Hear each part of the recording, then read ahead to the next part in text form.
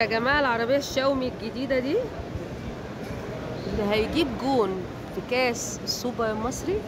العربية دي هدية وجايزة للي هيكسب نادي الزمالك في السوبر المصري. يلا بقى يا جماعة بقى شدوا حيلكوا كده واكسبوا السوبر بقى في الامارات، وتعالوا بقى عشان ايه تاخدوا العربية الجميلة دي. دي عربية شاومي يعني مش تليفون، محدش يحسبها تليفون، هي عربية.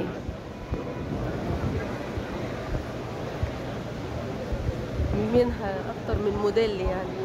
الموديل ده ليه على شيكابالا جامد يعني لانه بيحب العربيات الفاخره. بس دي مش معرفش دي ايه، بس ذاكرتي مش قويه. العربيه دي اسمها ايه؟ افاتار.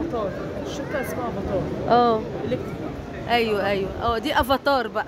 لسه داخله. لا دي حلوه، دي بتاعتك، دي شيكه بقى.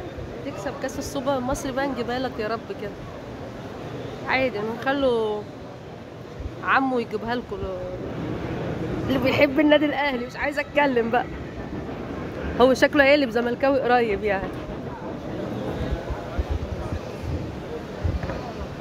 الشاومي التالتة بقى دي باللون التركواز اللي انا بحبه، واهم ما يميزها العجل بتاعها يا جماعه. العجل رهيب رهيب.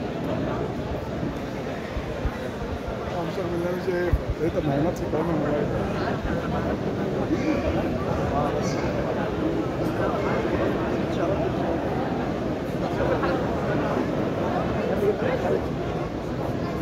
احلى حاجه النهارده العربيه التحفه دي، تحفه تحفه.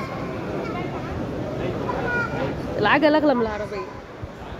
يلا ونشوفكم بقى في الامارات يا جماعه، وحظ سعيد للزملكاويه حبايبي بقى.